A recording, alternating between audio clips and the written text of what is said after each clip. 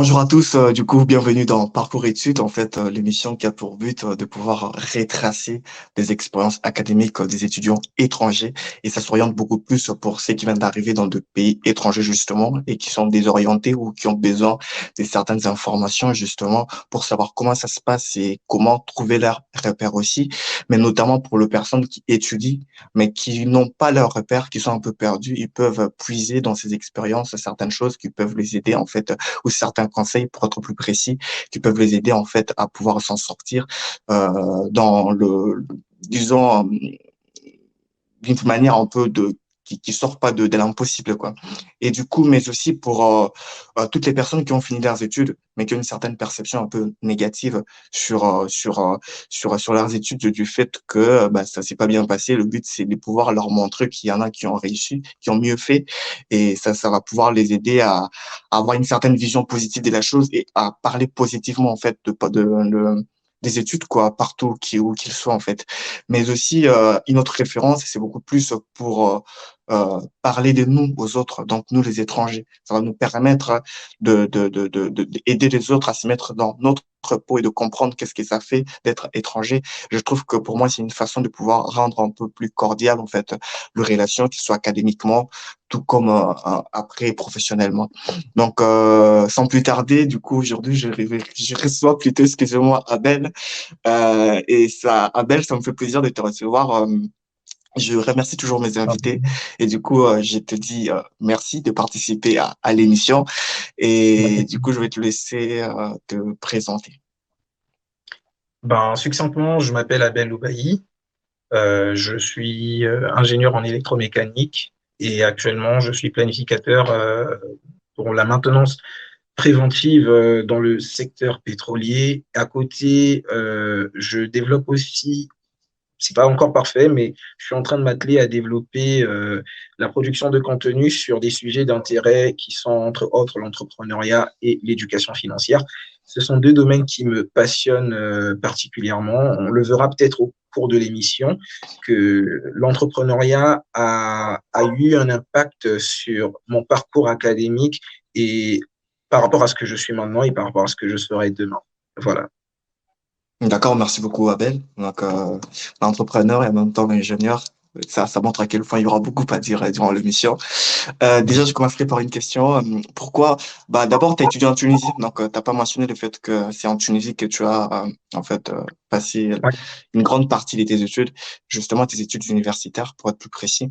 ouais. Bah, du coup, c'était en Tunisie. Et pourquoi d'abord le choix de la Tunisie, mais pas d'un autre pays francophone, en fait, comme la France, un peu comme le Canada aussi, avec la partie francophone et tout. Alors, le choix de la Tunisie, il a été, pour à vrai dire, il a été un choix qui était un peu comme le juste milieu, vous voyez, le juste milieu entre la qualité des études et les fonds nécessaires, parce que pour faire de bonnes études de qualité, il faut les fonds nécessaires pour faire les études. Et si vous voulez, à défaut d'envoyer un enfant en France, en Angleterre, aux États-Unis ou au Canada, on peut l'envoyer dans des pays du Maghreb tels que la Tunisie, qui, par expérience, ont un système éducatif assez solide et qui permettent d'équiper un étudiant qui a besoin de se faire former dans des formations supérieures de type ingénieur et autres. Donc, ça relève beaucoup plus du fait que financièrement, ça t'allait bien d'aller en Tunisie, quoi, comparé à la France, par C'était le exemple, juste qui demande milieu, beaucoup voilà. plus. C'était le juste D'accord, milieu. d'accord. Et du coup, quand tu es arrivé en Tunisie, tu connaissais déjà deux personnes là-bas ou pas? Tu connaissais personne quand tu es arrivé? Alors, quand je suis arrivé, je ne connaissais personne. En tout cas, il y avait certaines personnes vers lesquelles on m'avait orienté, on m'avait donné des contacts. La seule personne que je connaissais était un ancien ami avec qui j'ai eu à faire des études universitaires, une première partie de mes études universitaires ici au Congo, qui avait déjà commencé à étudier en Tunisie. Et c'était la seule personne en fait que je connaissais très bien en Tunisie. Mais le reste, j'ai dû me faire des contacts, faire des rencontres et ainsi de suite. Ouais, c'est important. On va justement en parler, en fait. Mais, vais revenir un peu plus tard sur comment est-ce que tu t'es pris, en fait, pour pouvoir développer ton réseau, je dirais, Ouais. en Tunisie. Mais déjà, quand tu es arrivé, c'était quoi ta perception en Tunisie? Parce que c'est vrai que quand tu quittes ton pays, le Congo, pour aller en Tunisie, la culture n'est pas la même. Les gens ne font pas les choses de la même manière. Et comment est-ce que tu as perçu tout ça au premier abord? Alors, quand je suis arrivé en Tunisie, c'était déjà un départ assez express parce que mon départ s'est décidé assez rapidement, les formalités sont allées assez rapidement. Je suis arrivé avec près de 2 semaines de retard par rapport à la rentrée académique. Lorsque je suis arrivé, j'avais des appréhensions. J'avais des appréhensions sur le peuple, parce que certaines personnes au pays me disaient que non, il fallait peut-être pas aller, c'était peut-être pas le meilleur choix de choisir un pays arabe. Pour tout ce qui se passe sur le plan social, peut-être qu'on aura le temps de parler de ça au courant de l'émission. Mais oui, il y avait des appréhensions, mais il y avait aussi, si tu veux, cette envie d'aventure, cette envie d'aller sur le terrain, de voir, d'être confronté aux réalités du terrain pour se faire son propre avis et de ressortir de cette expérience, on va dire, grandie. D'accord, d'accord, tu as dit quelque chose d'important en fait. En fait, il y avait beaucoup d'a priori ou j'ai duré de préjugés sur la Tunisie. Justement, les gens t'es découragé ou t'es dissuadé en fait de pouvoir y aller. Pourquoi? Parce que il y a beaucoup de choses qui se disent en fait, notamment sociétalement parlant, hein, toutes ces choses dont on entend parler le but de l'émission, c'est pas vraiment de creuser ça. Je vais pouvoir épargner un peu ces côtés. Je pense qu'on va revenir sur toi. Et du coup, pour ta première année, tu as étudié ou d'abord c'était quelle école? Tu as commencé à Esprit directement ou bien tu étais dans une autre université avant d'être à Esprit? Alors non, je suis allé directement à l'école supérieure privée d'ingénierie et de technologie, donc ESPRI. J'ai pris mon Ouais, inscription merci. depuis le pays et j'ai été accueilli par un monsieur que tu as certainement connu au moment où on est arrivé, parce qu'on est à peu près de la même promotion, dans le sens où on est arrivé au même moment, et donc on a un peu connu le même genre de personnes qui étaient dans le staff. Donc voilà, j'ai été directement à ESPRI quand je suis arrivé. D'accord, d'accord. Donc, du coup, c'était ta première année. Et par rapport au cours, quand tu as commencé, il y avait une réelle différence. En fait, c'était quoi aussi bah, en fait, ta perception, je reviens aussi sur ça par rapport au cours déjà aussi. Bah, vu que c'est pas enseigné de la même manière, quoi, qu'au pays, on Ouais, est c'est clair. d'accord. Ouais. C'est clair. Alors, moi, je me souviens, quand je suis arrivé, j'étais logé au campus d'Esprit, Mhm. et le campus qui abritait, on va dire, les branches informatiques. Et moi, je faisais électromécanique et il n'était pas du tout sur la même location. Il fallait aller dans Ah, un autre campus qui était dans le quartier, on va dire, de Chargy à 2. Donc, du coup, j'ai dû me déplacer, trouver un autre appartement qui se rapprochait du deuxième campus où il y avait ma filière. Et le premier jour où j'arrive, c'était un cours de mécanique des fluides. Et je rentre ouais, dans la salle, j'étais le seul étranger, on va dire le seul noir. C'est pas péjoratif, j'étais le seul noir dans c'est la une classe. réalité. Et du coup, la première chose qui m'a frappé, c'est que déjà, le cours, il se passait totalement en arabe. On va y revenir plus loin parce qu'après, ma perception, elle a changé, ma compréhension, elle a Mhm. changé. Mais étant un Vas-y. Congolais qui vient de mon pays et qui arrive dans une école qui se veut être une école d'ingénieurs avec des accréditations de la commission des titres d'ingénieur dans un pays qui a pour langue officielle le français, je m'attendais à pouvoir écouter du français. Ça n'a pas été le cas et ça a été un peu un choc pour moi dans les premiers moments, dans les premiers mois en tout cas, qui a suivi mon arrivée en Tunisie, le début de mes études. D'accord. Mais est-ce que ça, je dirais pas le révolte, mais est-ce que ça t'a ralenti dans ton élan de pouvoir réussir en fait ou pas? Est-ce que tu avais perdu ta motivation ou bien tu as fait l'effort de comprendre la réalité dans laquelle tu te retrouvais et essayer d'avancer en fait? Ben, premièrement, je pense que c'est commun à tout être humain. Lorsque tu arrives dans un endroit où on ne parle pas une langue que tu comprends, tu te sens indigné, tu te sens pas respecté, tout simplement parce que tu es censé apprendre dans la même langue que les autres. Les autres sont censés être des collègues pour toi. Alors, si en même temps les collègues, enfin, on va encore dire que pour les collègues tunisiens, ça passe, mais pour le professeur qui parle dans une langue que l'étranger ne comprend pas, et ce, même s'il est le seul étranger au milieu de 30 étudiants locaux, donc tunisiens, ça provoque de l'indignation, ça provoque une certaine colère. Et après, lorsque les mesures ne sont pas mises en place pour régler ce problème, ça provoque de la révolte et de la démotivation. Mais je ne me suis pas démotivé. Je ne me suis pas démotivé pour autant. J'ai eu des moments de bas. J'étais en bas moralement, mentalement. Ouais. Nous, les étudiants étrangers qui venons de l'Afrique subsaharienne, on devait faire Mhm. 2 fois, voire 3 fois plus d'efforts pour comprendre les cours et pour rester dans la course. D'accord. Mais du coup, justement, le but aussi, c'est de savoir, parce que tu as abordé un sujet qui est profond un tout petit peu, c'est une réalité dans ces écoles un peu au Maghreb où on vend le fait que c'est le français qui est la langue primordiale ou je dirais majoritaire, mais quand on Mhm, arrive sur les terrains, c'est pas forcément ce que l'on constate en fait. Donc parfois, le mhm, professeur se permet de beaucoup plus parler arabe. Et c'est vrai que dans pas l'émission précédente, mais dans l'une de mes émissions, j'avais reçu un ingénieur aussi qui a étudié à Esprit, mais on n'avait pas abordé ses problèmes, ou bien parce qu'il n'était pas passé par là. Mais avec toi, je pense que déjà là, l'expérience, elle est différente et ça me pousse à creuser, à savoir un peu beaucoup plus, surtout sur le méthode que toi, tu as mise en place, en fait, pour pouvoir essayer de faire au mieux pour diminuer cette indignation, en fait. Parce que c'est mhm. vrai que tu étais face à une réalité, donc forcément, tu as essayé de mettre en place certaines choses pour te dire, ok, c'est comme ça, mais comment je m'y prends?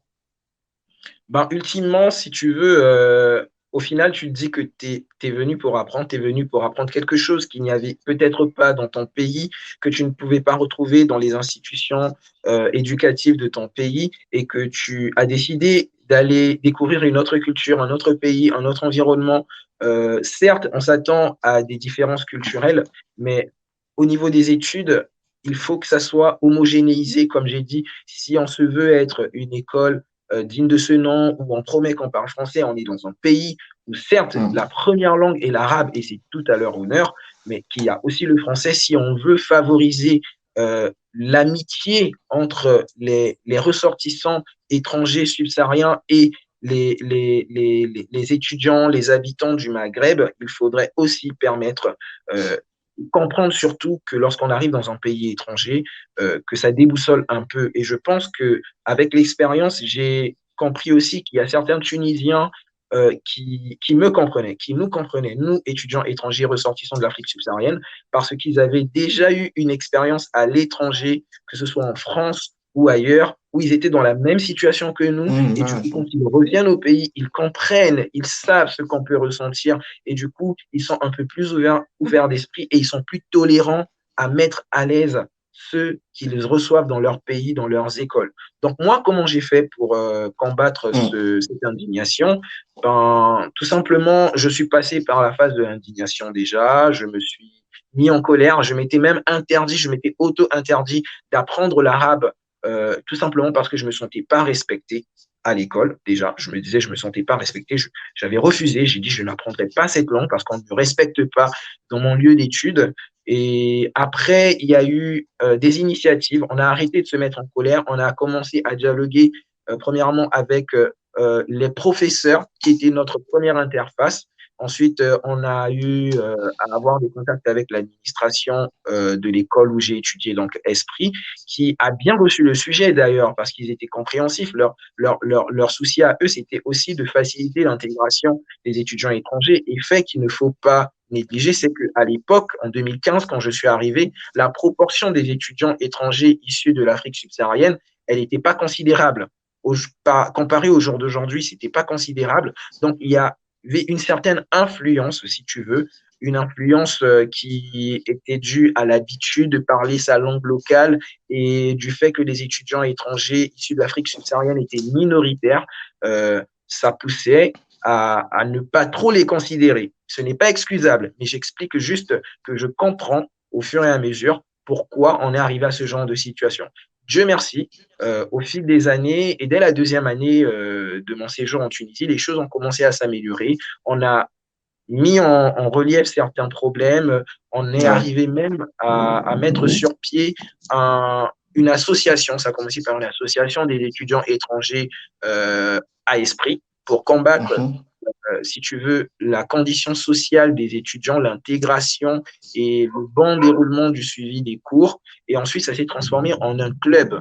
qu'on a appelé, qui s'appelle aujourd'hui le Club interculturel d'esprit, qui a deux vocations.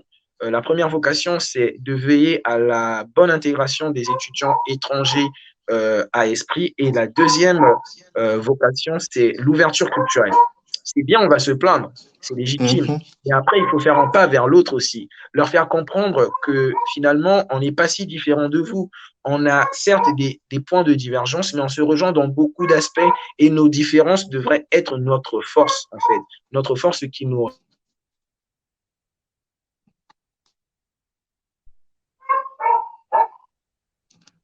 Je Et t'ai ça nous perdu, permet... mais ouais, ok. ouais, Ça a ouais, lagué tout à l'heure, mais je pense que ouais, c'est c'est bon. vrai, Ouais, c'est un peu la guise. ouais. Donc, je disais que ça nous permettait de nous rejoindre et de pouvoir avancer sur un front commun, de tisser des relations. Et ça s'est amélioré de temps en temps comme ça, parce que les D'accord. autres apprenaient à nous connaître. D'accord. Mais du coup, tu penses que peut-être que le fait de passer par l'apprentissage de l'arabe aurait été beaucoup plus idéal quoi, pour faciliter les échanges.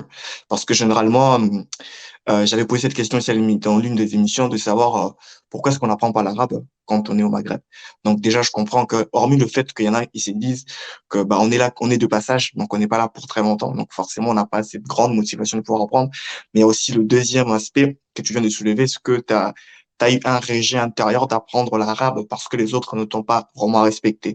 Et tu penses que, par exemple, avec l'association dont tu as bien expliqué tout à l'heure, est-ce qu'il y avait un engagement par rapport à l'apprentissage de la langue ou pas, en fait, la langue arabe, déjà? Il y a eu un engagement, oui. Au début, on était focalisé sur les problématiques sociales, d'accord? Parce Mhm. on est là pour étudier, premièrement. Pas. On était Mhm. focalisé sur les problématiques sociales et l'apprentissage de l'arabe rentrait dans le cadre de l'ouverture culturelle, tu vois. Donc, il fallait Mhm. apprendre Mhm. les bases du dialecte tunisien, qui est différent de l'arabe marocain et de l'arabe Mhm. égyptien, ainsi de suite.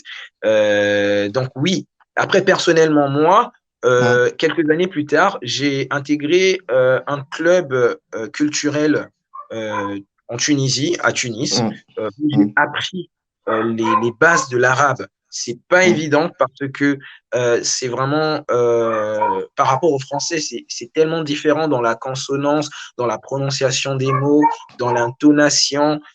Mais c'était une expérience enrichissante, hein. C'était vraiment très enrichissant D'accord. et Mhm. j'ai beaucoup appris quoi. Et j'ai aimé finalement, au final, ce dialecte. D'accord, d'accord. Bah après, il y a des aspects qu'on n'a pas encore abordés. Bah c'est encore quoi ces des aspects-là? Bah en fait, il y a comment est-ce que tu as construit ton réseau. Premièrement, je t'avais promis de revenir sur ça. Et deuxièmement, on va Mhm. parler de comment est-ce que, en fait, est-ce que tu avais rencontré des difficultés quand tu étudiais? Je parle pas de la langue, je parle beaucoup plus vraiment de l'aspect cours. Ça veut dire que, est-ce que c'était plus difficile qu'avant, ce que tu avais vu au pays? Et quelles sont les méthodologies que tu as utilisées en fait ou des méthodes pour pouvoir t'adapter par rapport au cours. Mais c'est la deuxième question qui va revenir. On reste sur la première. Comment est-ce que tu as fait pour construire ton réseau, toi qui es arrivé et que tu ne connaissais qu'une seule personne en fait? Ouais, alors pour construire mon réseau, c'est simple. Moi, je pense que la première des choses qu'il faut faire, c'est ne pas être renfermé. Lorsqu'on est un étudiant étranger, donc sur une terre étrangère, il ne faut pas être renfermé. Il faut aller vers les gens. Il faut avoir le courage. Et ça demande du courage. Je dis courage intentionnellement parce que ça demande vraiment du courage d'approcher quelqu'un, de demander un renseignement. Ça commence comme ça. Tu demandes un renseignement, la personne te renseigne et après tu gardes la relation avec la personne.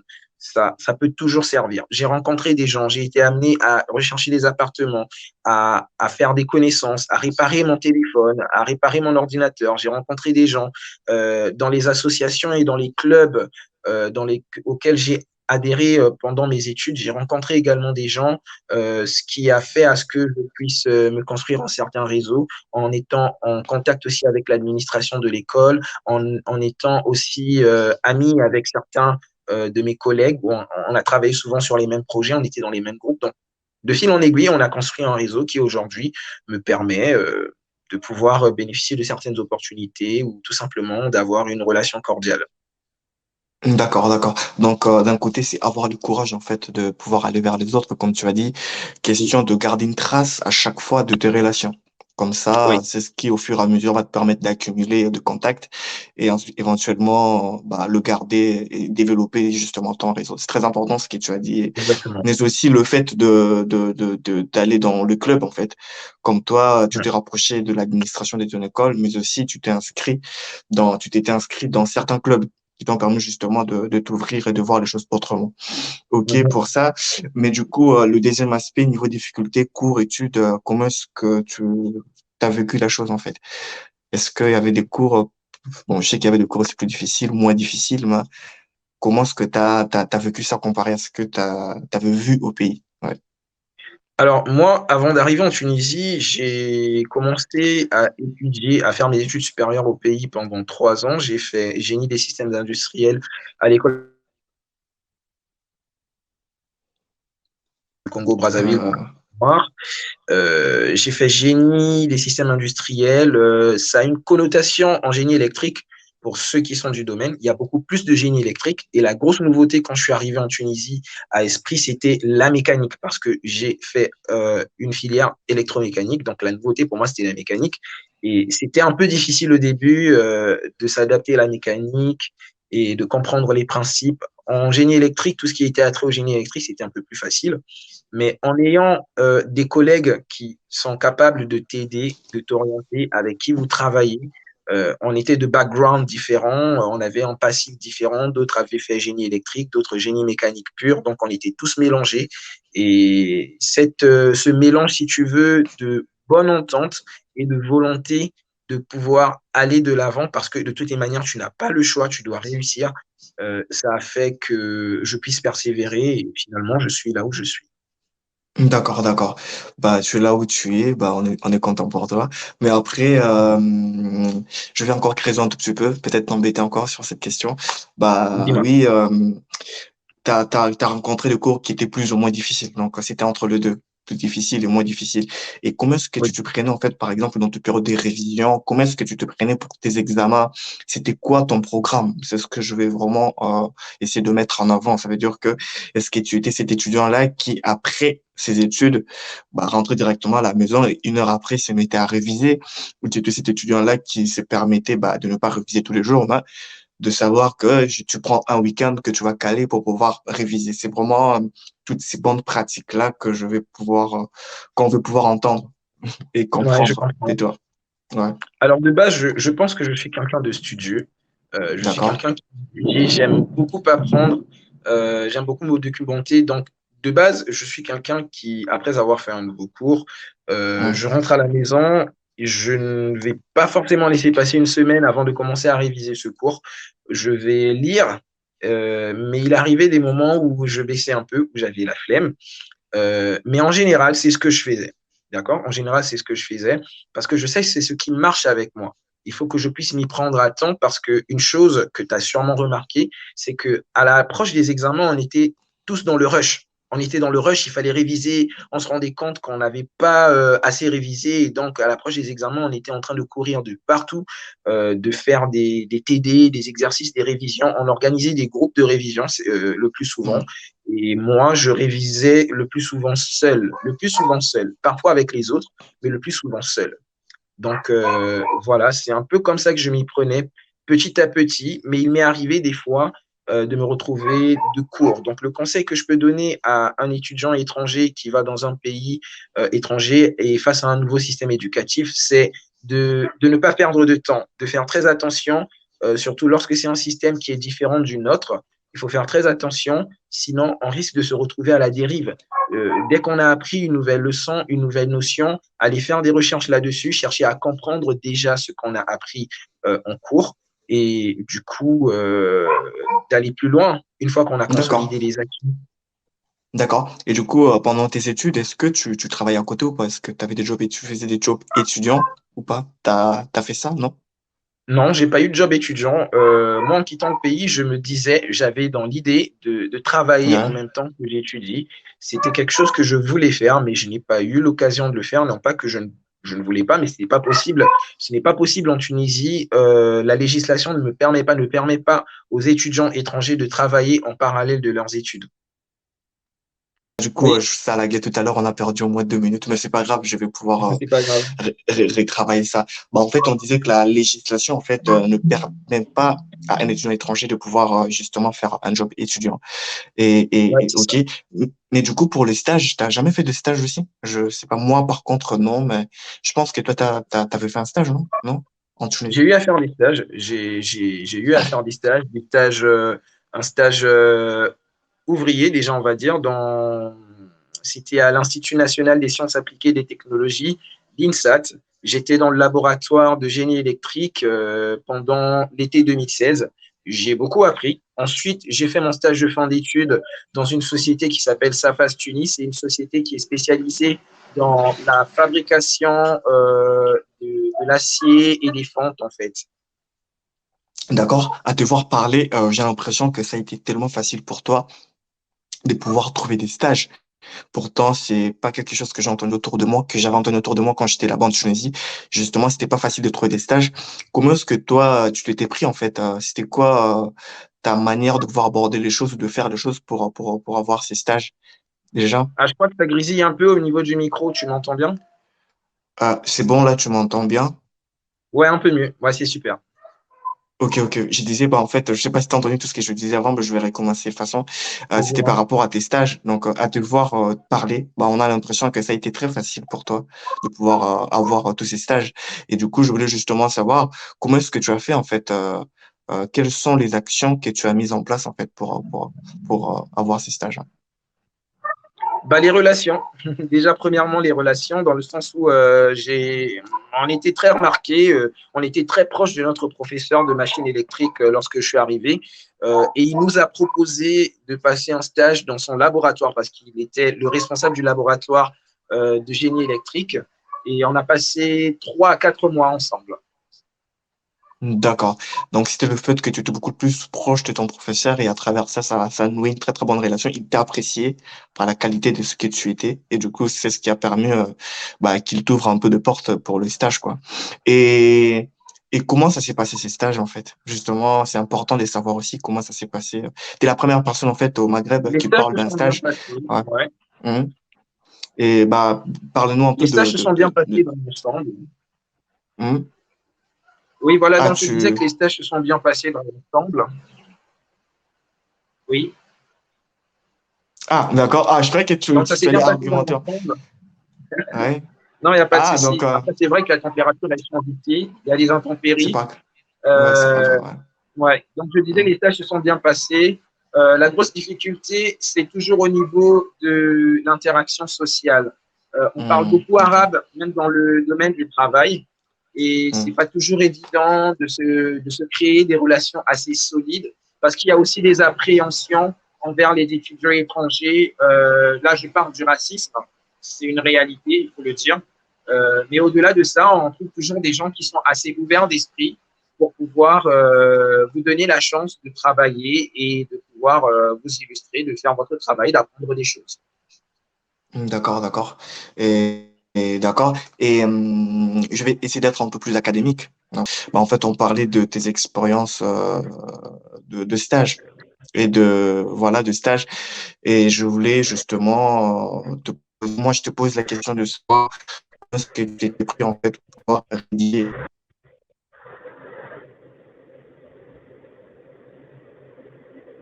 ton mémoire de fin d'année. Donc, le but vraiment de cette question, c'est de pouvoir nous expliquer comment est-ce que tu as fait, en fait. Et comme ça va permettre aux autres de peut-être suivre le même chemin, quoi. Alors déjà, ce que je pourrais conseiller, c'est de noter.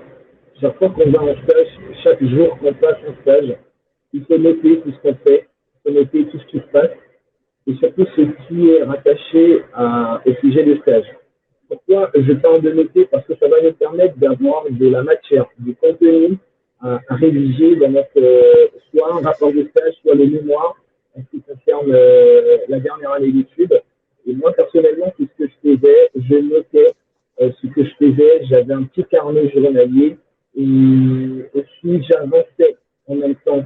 J'avais la chance, c'est une chance d'avoir accès à Internet là où j'étais parce qu'il y a des endroits sur le chantier où tu n'as pas forcément accès à Internet. Tu peux pas faire les recherches que tu veux. Et moi, je pouvais avancer sur mon rapport de stage pendant mes temps libres, les temps de permanence, on va dire, où il n'y avait pas vraiment d'activité. Et c'est vraiment aller au fur et à mesure, ne pas attendre à la dernière minute. Et de toujours faire des sauvegardes. J'ai déjà eu le cas d'un ami tunisien qui a perdu l'entièreté de son mémoire de stage, tout simplement parce qu'il n'avait pas assez fait de sauvegarde. Ça sauvegarder dans Hmm. son ordinateur, sauvegarder dans un disque dur externe, ça sauvegarder dans un disque dur externe, continuer à faire des sauvegardes dans un cloud. Parce que ça joue des sales tours et vraiment, c'est pénible. Ouais, c'est pénible surtout de perdre son travail comme ça après avoir passé plusieurs mois ou je ne sais, plusieurs semaines à travailler dessus. Donc, c'est décevant, quoi. Et recommencer encore, ben, c'est pas évident, je comprends tout à fait. Ouais, Euh, Bah, du coup, et pour la présentation disons, la présentation, bah, justement, de tes soutenances, comment ça se passait, en fait? Tu faisais comment, en fait, pour te préparer par rapport à toutes ces présentations? Parce qu'avoir ton profil, déjà, je me dis, bah, t'es quelqu'un de social. Après, c'est toi qui vas me confirmer ça. Et le fait d'aller dans des clubs comme ça t'a permis de t'ouvrir différemment. Et c'est ce qui te permet, justement, par exemple, de pouvoir présenter des choses, bah, ça va pas être plus dur pour toi parce que tu l'as fait dans des clubs et tout. Mais, quelles ont été vraiment pas de procédure, mais ben, comment tu préparais la veille en fait pour soutenir un moment? ouais, ben, écoute, je pense que je suis devenu quelqu'un de social. J'ai pas toujours été social pendant que je Ah, grandissais. ça j'ai Je suis découvert. introverti de nature. Ouais, je suis introverti de nature, mais j'ai appris à être extraverti au travers de mes interactions dans les clubs dans lesquels je suis passé. Et pour revenir à ma soutenance, la veille de ma soutenance, euh, j'étais en train de terminer des détails. Ce qui est important à savoir, c'est qu'il ne faut pas se mettre la pression à la fin. Tu peux regarder les détails. Au pire, la veille de ta soutenance, tu dois pas être en train de travailler dur. Tu dois être en train de revoir des détails, des petites choses, en train de penser à des questions qu'on pourrait te poser. Vraiment des choses légères, quoi. Mais vraiment, la matière de la chose, les choses principales, elles doivent être faites avant. Il faut planifier pour être à l'aise le jour de la soutenance, en fait, avoir une certaine confiance. Parce que lorsque tu te prépares la veille, tu vas avec du stress et ça ne te permet pas d'avoir l'assurance nécessaire que tu dois avoir. D'accord. Bah, d'accord pour ça. Mais après, bah, on va revenir un peu sur l'entrepreneuriat vu que tu as présenté beaucoup de choses au début. Je veux pas creuser totalement dessus, mais je pense que c'est important. Ça a été très important pour toi, je pense, bah, de te lancer dans. C'est important pour toi d'avoir été, voilà, d'être dans l'entrepreneuriat. Mais quand est-ce que tu as eu toutes ces intentions en fait de pouvoir entreprendre? Est-ce que c'était à la fin de tes études, durant tes études, ou bien juste au début, tu t'étais déjà programmé ça de pouvoir te lancer dans l'entrepreneuriat après tes études? Ouais. Moi, je pense que, en fait, ça vient de plus loin que ça. Mon père, il a toujours eu l'habitude de. Mon père a eu un parcours, si tu veux, gestion d'entreprise. Il est passé par. Il a fait banquier finance, il a fait gestion d'entreprise. Ouais. Donc, il a su, si tu veux, il était en train de planter des graines d'entrepreneuriat en moi, en disant, ah bah c'est bien, en fait, on parlait tout le temps d'avoir sa propre structure Hum. et tout ça. Et du coup, moi, quand je suis allé en Tunisie, ça a commencé à germer en moi, ça a commencé à grandir en moi. Et quand j'ai entendu parler du club Enactus qui recrutait à la journée des clubs, ben, du coup, je me suis renseigné et ça a tout de suite résonné avec moi. En fait, c'est vraiment là où je voulais aller et c'est là où j'ai passé les 3 années complètes de mes études d'ingénieur en Tunisie et ça a été une expérience extraordinaire. J'ai beaucoup appris, tant sur le plan technique que sur le plan humain. Ça m'a permis d'être un meilleur leader parce que je pense que nous sommes tous leaders à différents niveaux initiaux, nous sommes tous des leaders, et ça m'a permis de m'améliorer. Maintenant, aujourd'hui, je suis en train de me concentrer sur la production de contenu, la création de contenu sur l'entrepreneuriat et l'éducation financière. Parce que je pense que pour être un bon entrepreneur, il faut avoir ce qu'on appelle de l'éducation financière. Parce que dans l'entrepreneuriat, on gère des chiffres, on gère des états de résultats, on gère des bilans. Il faut être familier à ce genre de choses. Donc moi, je continue d'apprendre, c'est pas parfait, mais il faut bien commencer quelque part. C'est pas, on commence pas en étant un expert, mais pour être un expert, tu as besoin de commencer quelque part. Donc il faut se lancer facilement. D'accord. Donc, si je comprends bien, dans le club Enactus, c'est ça. Donc, ça te permettait Ouais, aussi de pouvoir mettre de développer en fait un projet d'entrepreneuriat, c'est ça, un projet entrepreneurial. Ou bien, Dans le fait de ce qu'on faisait, c'était de travailler sur des projets à caractère social. C'est de l'entrepreneuriat social. C'est différent de d'accord, l'entrepreneuriat à but lucratif purement et simplement. d'accord. Donc c'est à travers ça que tu as en fait récolté tous les éléments qu'il te faut pour en fait qui t'ont permis après de te sentir à l'aise dans l'entrepreneuriat, quoi. Donc, Ça a contribué grandement. donc c'est quoi alors le meilleur conseil pour un étudiant justement qui se pose des questions par rapport à ses études, qui est en train d'étudier, mais peut-être qu'il ne se sent pas à sa place par rapport à tout ce qu'il est en train de faire, et tu penses qu'il pourrait envisager justement le chemin de l'entrepreneuriat, et si oui, pourquoi? Est-ce que doit-il attendre jusqu'à ce qu'il doit finir ses études ou pas? Alors moi, je pense que le chemin de l'entrepreneuriat, c'est quelque chose qui doit résonner avec toi. Ça doit résonner avec toi. C'est pas quelque chose que tu dois faire comme un dictat parce que c'est la mode, parce que tout le monde aujourd'hui parle d'entrepreneuriat. Non, il faut que tu puisses comprendre de quoi il s'agit, étudier pour savoir si c'est fait pour toi. Tu n'as pas besoin de devenir un entrepreneur à 100%, mais tu as définitivement besoin d'avoir une affaire qui t'appartient. Et tu dis peut-être pour avoir un emploi bien rémunéré demain, mais assure-toi de toujours avoir une source de revenus qui t'appartient à toi. C'est ça le plus important.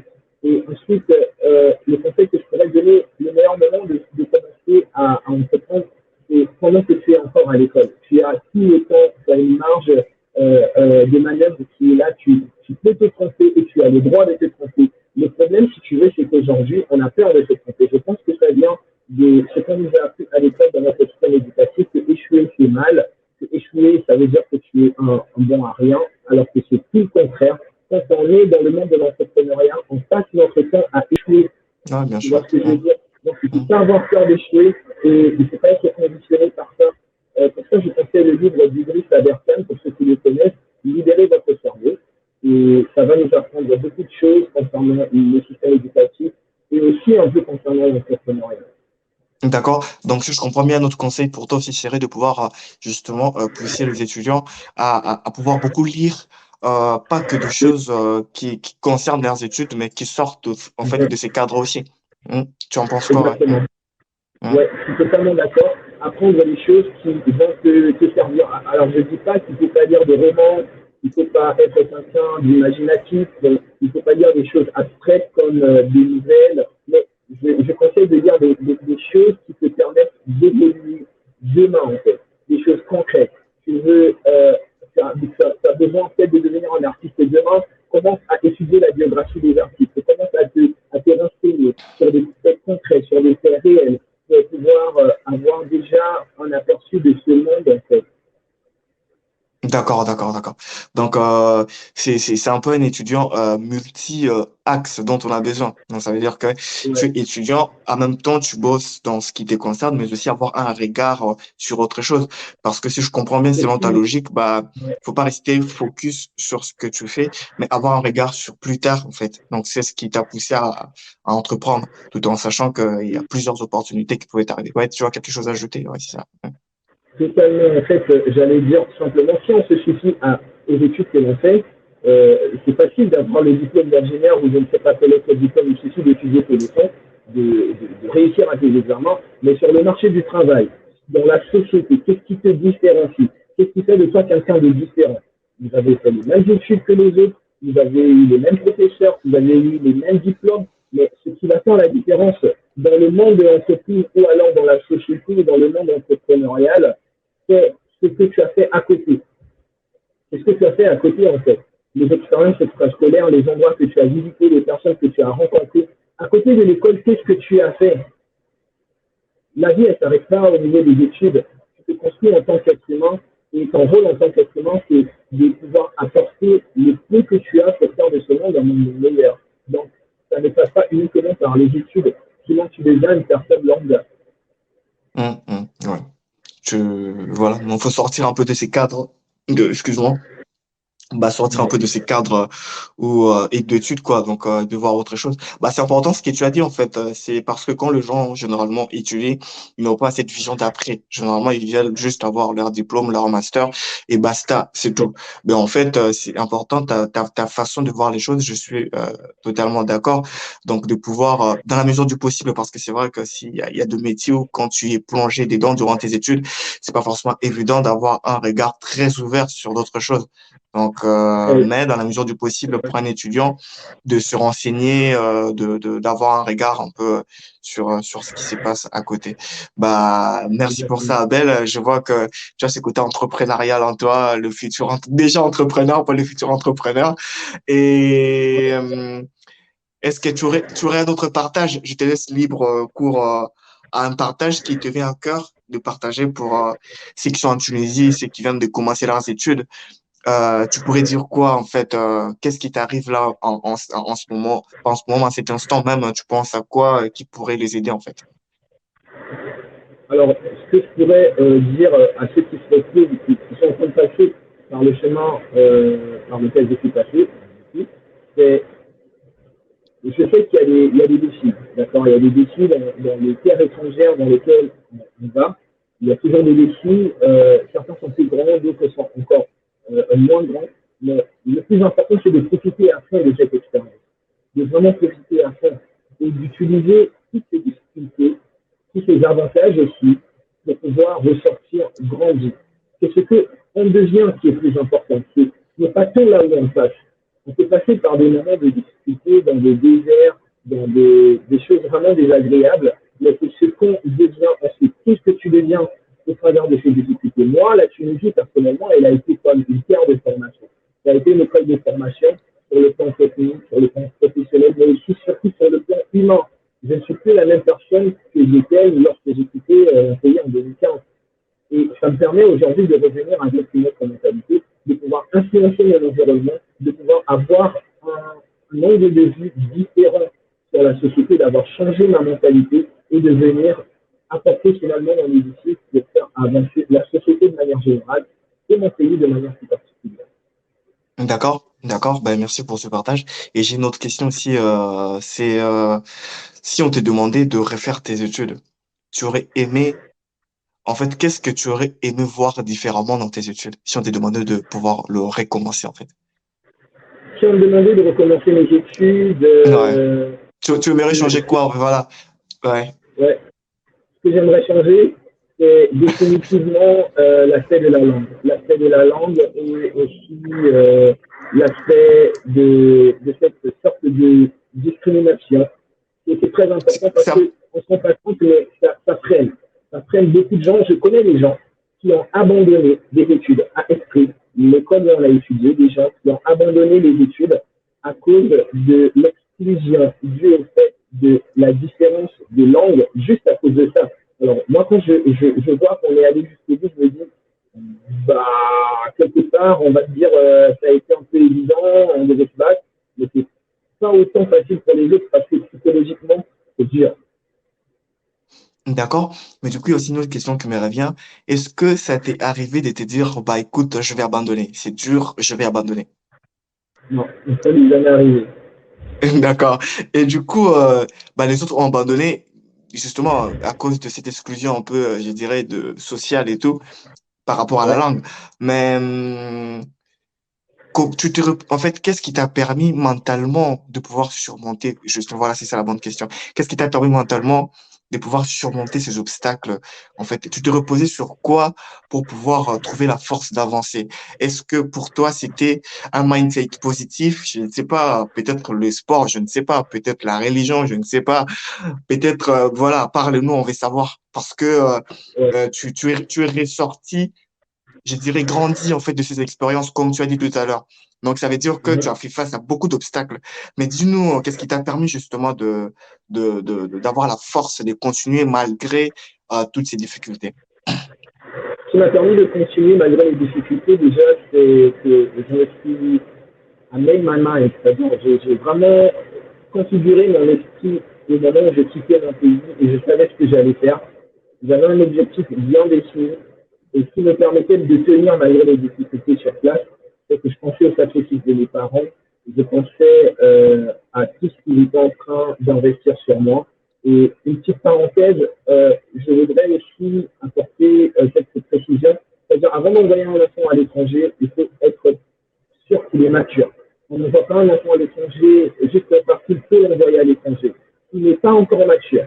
Pour pouvoir évoluer dans un endroit, dans une terre étrangère, de manière mature, de faire les bons choix. Parce qu'il y a beaucoup de parents qui regrettent d'avoir envoyé leurs enfants à l'étranger. Ils ont fait n'importe quoi, malheureusement. Ils n'ont pas atteint le but pour lequel on les a envoyés. Rassurez-vous, parents, que votre enfant est assez mature pour l'envoyer seul à l'étranger. S'il n'est pas mature, gardez-le au pays, formez-le jusqu'à ce que vous allez remarquer qu'il a la maturité nécessaire pour pouvoir aller dans un autre pays. D'accord, d'accord. Ben, merci pour ça. Après, c'est un peu mitigé aussi, je pourrais dire. Il y a une question de responsabilité, de maturité. Est-ce que le deux va de pair? Ça, je ne sais pas trop, mais on peut être très responsable aussi. Bon, c'est un autre débat en fait. Bon, ok, on va rester sur ce que tu as dit.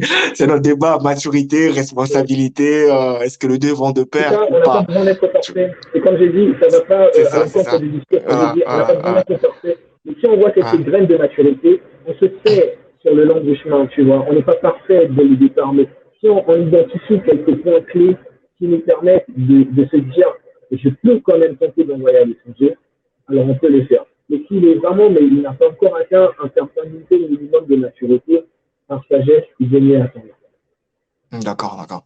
Donc, c'est un peu un conseil pour les parents qui vont probablement ou éventuellement nous écouter. Donc, bah, faites en sorte que votre enfant soit mature pour pouvoir, disons, on va avec deux pincettes, hein, maturité, pas ultra mature, mais avoir une certaine maturité, responsabilité, en fait, quand tu vas aller à l'étranger, parce que comme Abel l'a dit, il y a beaucoup de réalités. Il y en a, ils arrivent à l'étranger, ils font n'importe quoi et voilà, et c'est triste, mais c'est une réalité aussi. Bon, ça aurait été intéressant d'en parler si tu connais des gens comme ça qui sont arrivés. Bon, pas leur nom, je dis pas des cités, mais si tu connais bien de gens comme ça qui sont arrivés et qui ont fait n'importe où, qui sont perdus. Est-ce que c'est un phénomène que tu trouves récurrent en fait ou pas là-bas en Tunisie? Est-ce que tu penses que les étudiants en majorité qui partent, c'est plutôt une minorité qui arrive à réussir ou bien c'est une majorité? Comment est-ce que tu abordes un peu la situation? Alors, je pense que j'ai pas toutes les données pour dégager une tendance, Hmm. d'accord? Je vais me baser, apparemment, je vais me baser sur ce que j'ai vu, ce que j'ai entendu. Et ce que j'ai vu et ce que j'ai entendu n'est pas représentatif de la réalité. Mais C'est par ça. rapport à ce que j'ai vu et ce que j'ai entendu, c'est un peu du 50-50. J'ai vu pas mal de gens qui étaient allés pour les études, mais finalement, qui ont changé de direction, qui se sont mis à vivre une vie de luxe, une vie de petits princes, on va dire. Et d'autres aussi qui ont vraiment charbonné, ils ont vraiment travaillé dur pour arriver au bout de leurs études, qui ont pu trouver d'autres opportunités ailleurs et aujourd'hui qui deviennent des personnes responsables et qui avancent sur le chemin de leur destin. D'accord, d'accord. C'est important d'en parler, hein, parce que après, je sais pas si ça soulève la question de est-ce que le milieu social en Tunisie ne défavorise pas peut-être certaines personnes à pouvoir mieux avancer dans leurs études. Parce que quand on arrive en Tunisie, parfois on est, je sais pas si tu seras d'avis avec moi, on est beaucoup plus communautaire. Ça veut dire qu'on reste beaucoup plus entre nous. Et tu trouves que ça serait pas quelque chose qui bloquerait un peu? Je ne dis pas qu'il faut pas être communautaire, mais est-ce que le fait d'être plus à l'aise dans sa communauté et de ne pas emboîter les pas ailleurs, est-ce que ça ne bloque pas d'un côté? Est-ce que toi, tu étais justement, et toi, niveau communauté, comment est-ce que tu prenais, est-ce que tu étais beaucoup plus communautaire? Je parle pas de tes clubs, hein, je parle pas de tes clubs où tu t'étais inscrit, tout ça. Je parle beaucoup plus de la communauté. Comment est-ce que tu as vécu, en fait, avec ta communauté en Tunisie? Tu étais celui qui était beaucoup plus à l'écart, concentré dans ses objectifs, ou bien tu étais cet étudiant-là très communautaire, et quel a été l'apport de la communauté en fait sur toi et qui t'a permis justement de peut-être avancer dans tes études. Ouais. Dans la communauté m'a beaucoup aidé. La communauté congolaise en Tunisie m'a beaucoup aidé sur plusieurs points déjà. Sur le point administratif, il y a eu des choses qui ont été faites. On ne parlera pas forcément ici.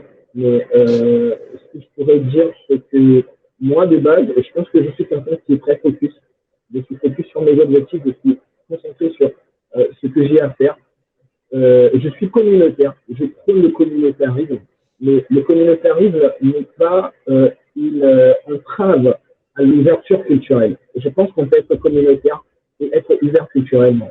Alors, communautaire ne veut pas dire être fermé culturellement. Il faut apprendre des autres. Et spécialement parlant en Tunisie, c'est vrai que c'est pas toujours facile, mais moi je dirais une chose, je parle là avec la casquette de quelqu'un qui est passionné d'entrepreneuriat, c'est ne vous plaignez pas. Arrêtez de vous plaindre en fait. C'est pas forcément mieux ailleurs. L'herbe, elle n'est pas plus verte chez les voisins, elle est plus verte là où on l'arrose. Donc, peu importe les difficultés que vous avez, peu importe les moments difficiles que vous allez traverser, utilisez-les comme étant votre force, utilisez-les pour grandir en fait, utilisez-les à votre avantage. Et vous avez ce pouvoir de le faire. Personne ne vous donnera cette possibilité. Arrêtez d'attendre que les gens vous donnent la permission d'exister, arrêtez d'attendre que les gens vous donnent la permission de réaliser vos rêves ou de vivre la vie que vous voulez. Je ne vous demande pas là de briser les lois et les législations du pays, mais je dis tout simplement qu'il faut être persévérant, il faut être audacieux, il faut être courageux et il ne faut pas baisser les bras. D'accord. Est-ce que tu conseillerais à un étudiant de beaucoup plus fréquenter la communauté en Tunisie? Ou bien tu lui demanderais de mitiger les choses? Ça veut dire de passer pas plus de temps avec la communauté, mais quand même assez de temps, question de ne pas être détaché non plus, pour pouvoir être aussi focus sur ses études, parce qu'il y a une certaine réalité. Toi, ça s'est bien passé pour toi, tu as pu bien gérer ces côtés communautaires avec la communauté, je dirais, mais il y a certaines personnes dont que je connais, qui ont été tellement plongées dans la communauté que ça a été pour un élément, un facteur, pas des destructions, mais j'oublie les termes qui m'échappent, euh, d'échec, quoi, un facteur d'échec, parce que dans leurs études, ils étaient plus focus. Tu vois, ils étaient plus focus, sont restés dans la communauté, emportés un peu par tout ce qui se passe dans la communauté et tout. J'ai parlé là en termes négatifs un peu de la communauté, dans le sens Oui, académique. Ça veut dire que le fait de passer beaucoup, c'est bien d'être avec sa communauté, mais quand tu passes aussi beaucoup plus de temps sans pour autant te concentrer dans tes études, ça peut être un facteur d'échec, je dirais, tu vois, dans ce sens-là.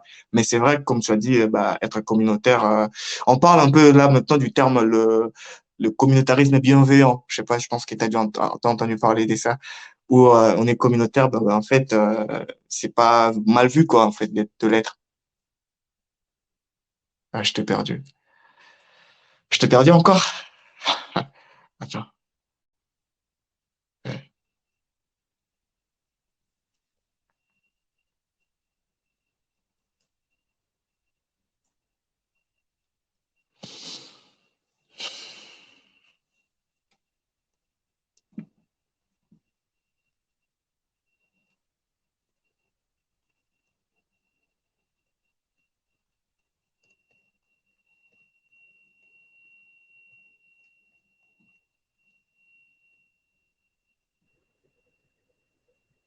c'est bon, tu m'as repris là. Ouais, je t'avais perdu juste après que j'ai fini de Il y parler, a en eu, fait. Ouais, c'est fini. ouais, T'étais j'avoue, il y a parti, eu là. un Ouais. lag. Je Ouais. sais pas si tu as entendu tout ce que je dis ou pas, non? D'accord, J'ai tu peux entendu ce que rebondir tu as sur dit. ça? Ouais. Je peux rebondir sur ça tout simplement en disant, alors je comprends les expériences négatives qu'on peut avoir au niveau de la communauté lorsqu'on se retrouve dans un pays étranger. Moi, ce que je conseillerais, déjà, il y a un fait qui est établi et on le connaît très bien en Afrique. Je ne sais pas si je vais très bien le dire, mais je vais paraphraser. Comment je vais dire ça? Si tu ne sais pas d'où tu viens, tu ne sauras pas où tu dois aller. D'accord? Donc, on ne peut pas renier ses origines. Peu importe comment est-ce qu'on peut être, on a tous des côtés positifs et négatifs, mais il y a ce qu'on appelle les origines. Tu dois toujours être rattaché à tes racines, en fait. Après, pour certaines raisons, d'autres personnes décident de s'éloigner, de prendre un peu de recul avec la communauté à cause de certains comportements, certaines attitudes lorsqu'on se retrouve dans une terre étrangère.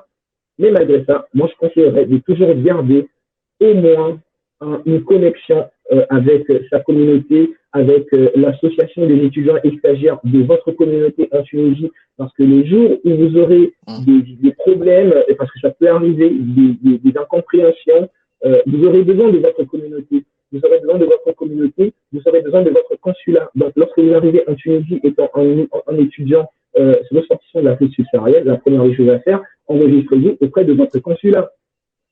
C'est très hum, hum, important. hum, Ensuite, hum. ayez des contacts au niveau de l'association des étudiants et des stagiaires de votre communauté.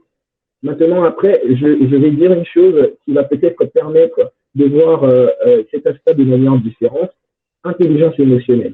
Vous savez, on interagit tous les jours avec des gens, avec des personnes qui n'ont pas forcément la même mentalité que nous, et parfois ça nous dépasse, on veut juste ne pas être en contact avec ces personnes. Mais on est appelé à influencer. Moi, je crois qu'on est appelé à influencer. Je crois qu'on est appelé à venir apporter du positif là où il y a du négatif. Et pour ce faire, on a besoin de ce qu'on appelle l'intelligence émotionnelle. L'intelligence émotionnelle, c'est ce type d'intelligence qui permet de discipliner ses émotions, de les utiliser comme étant une force afin d'influencer les autres et de pouvoir, si tu veux, faire entrer une nouvelle doctrine, une nouvelle manière de penser qui va faire à ce que la société aille de l'avant. Pour ça, je recommande D'accord. deux livres. Hum. Dis-moi. D'accord. Non, non, Comment se faire c'est des important. amis? Ah, Ouais. je voulais dire, c'est important ce que tu as dit parce que c'est un peu plus entrepreneurial, mais c'est bien bon d'avoir abordé ça parce que ça nous pousse à revenir un peu sur le choc culturel. Donc, parce que justement, quand on va à l'étranger, on est face à cette réalité de culture culturelle plutôt où les gens sont différents de nous. Après, dans une des émissions, j'avais un invité qui était en Tunisie aussi. Et lui, il a plutôt pris le choc culturel comme une addition de culture qui lui a permis justement de bien avancer. Je sais pas, toi, tu te positionnes comment par rapport au choc culturel? Est-ce que pour toi, les chocs, la différence, elle est grande en fait, parce que le choc culturel, c'est la différence des cultures. Est-ce que tu le perçois comme une grande différence et que on doit mieux s'équiper, mieux s'armer avec une intelligence émotionnelle, comme tu as dit tout à l'heure, pour arriver à s'en sortir? Ou bien pour toi, tu le prends pas comme un choc culturel, mais tu le prends comme juste une addition de culture qui te permet d'évoluer autrement, justement Ouais. durant ces Ben, moi, je études, pense hein. que Mm. je pense que ce qui ne nous tue pas nous rend plus fort. Si le choc culturel ne te tue pas physiquement, si ça te donne pas à la mort, bah, ça doit te rendre plus fort, ça doit te permettre de grandir. Et je pense que le choc culturel doit être vu, ça dépend vraiment de comment on aborde les choses. Parce qu'évidemment, Mm. si on aborde les choses avec des appréhensions, ben, on récoltera ce qu'on aura semé, tu vois ce que je veux dire. Moi, le choc culturel, je le voyais avec des petites appréhensions en me disant comment je fais pour pouvoir m'intégrer, mais pas dans le sens d'avoir la peur de l'autre. Non, tu vois. Et ça m'a permis finalement d'en ressortir grandi, d'avoir une autre mentalité, d'avoir une autre façon de voir les choses. Et pour moi, je recherche ce choc culturel en fait. Parce que je ne veux pas rester dans ma boîte. Je veux, comme on dit, on a besoin de penser en dehors de la boîte. Tu vois, Mm. je veux Mm. me challenger, je veux baisser mes limites en fait pour devenir quelqu'un de meilleur. Tu vois ce que je veux dire? D'accord? Je comprends bien, mais attention aussi parce que à force de tout le temps affronter les chocs culturels, on peut devenir fatigué émotionnellement. Et, et je suis pas, en fait, c'est pas que je suis en désaccord avec toi, mais j'aimerais rajouter quelque chose, c'est que, bah, pour un étudiant qui va rechercher les chocs culturels, mais il doit faire aussi en sorte de pouvoir, être rattaché un tout petit peu à sa communauté pour pouvoir se décharger mentalement. Parce que toi tu as parlé tout à l'heure de l'intelligence émotionnelle, justement, c'est de comprendre que quand on est différent, à un moment donné, le cerveau cherche à tout prix, à tout moment de comprendre la différence et ça fatigue. Et du coup, le seul moyen de pouvoir récupérer, soit de se couper un tout petit peu des autres, le prendre de temps de prendre sur soi, ou bien de travailler sa communauté, les gens qui partagent forcément la même culture avec toi. Donc, c'était un peu ces partages-là pour pas pousser les gens qui affrontent le choc culturel. Ils vont se dire, bah, les gens sont différents, je vais Avoir juste un les équilibre, affronter. Ouais. Mm. D'accord. avoir un Je sais pas équilibre. si tu, D'accord, ok. Merci Abel, je pense que il y aura beaucoup de choses à retravailler sur cette émission, notamment, mais je trouve que c'était beaucoup plus riche, hein, Oui, surtout en milieu d'émission et en fin d'émission. On a déployé toutes ouais. nos ailes, en tout cas. Est-ce que tu as un mot de la fin? Un mot de la fin, Ben, Abel? le mot de la fin, c'est déjà premièrement te remercier de m'avoir invité. Et ça a été un plaisir de partager mon expérience, ma petite expérience, parce que je pense que j'ai encore beaucoup de choses à dire, de pouvoir partager déjà ce que j'ai appris, de pouvoir apporter quelque chose dans la vie de certains étudiants étrangers qui se retrouvent dans des terres étrangères pour les études, et aussi d'avoir pu partager certains conseils de vie que j'ai appris. Tout ce que je souhaite en fait, c'est que cette plateforme, ce concept d'émission soit quelque chose qui devienne une référence en fait pour pouvoir aider certaines personnes qui ont besoin des réponses que personne ne leur donne et qui peuvent retrouver au travers de ce canal. D'accord, bah du coup, je te remercie. Mais ne pars pas, ne te déconnecte pas, tu peux rester connecté, sauf que tu seras plus visible. Les autres ne te verront plus, en fait. Donc, merci Abel et à tout à l'heure. Reste connecté, ouais. Là, je dirais pour moi. Ouais. Du coup, je vais juste changer ça. Bah, du coup, c'était l'émission avec Abel tout à l'heure. C'était très riche parce qu'il a un esprit très entrepreneurial. Ça se voit de par sa façon de parler et d'aborder les sujets sur ses expériences académiques.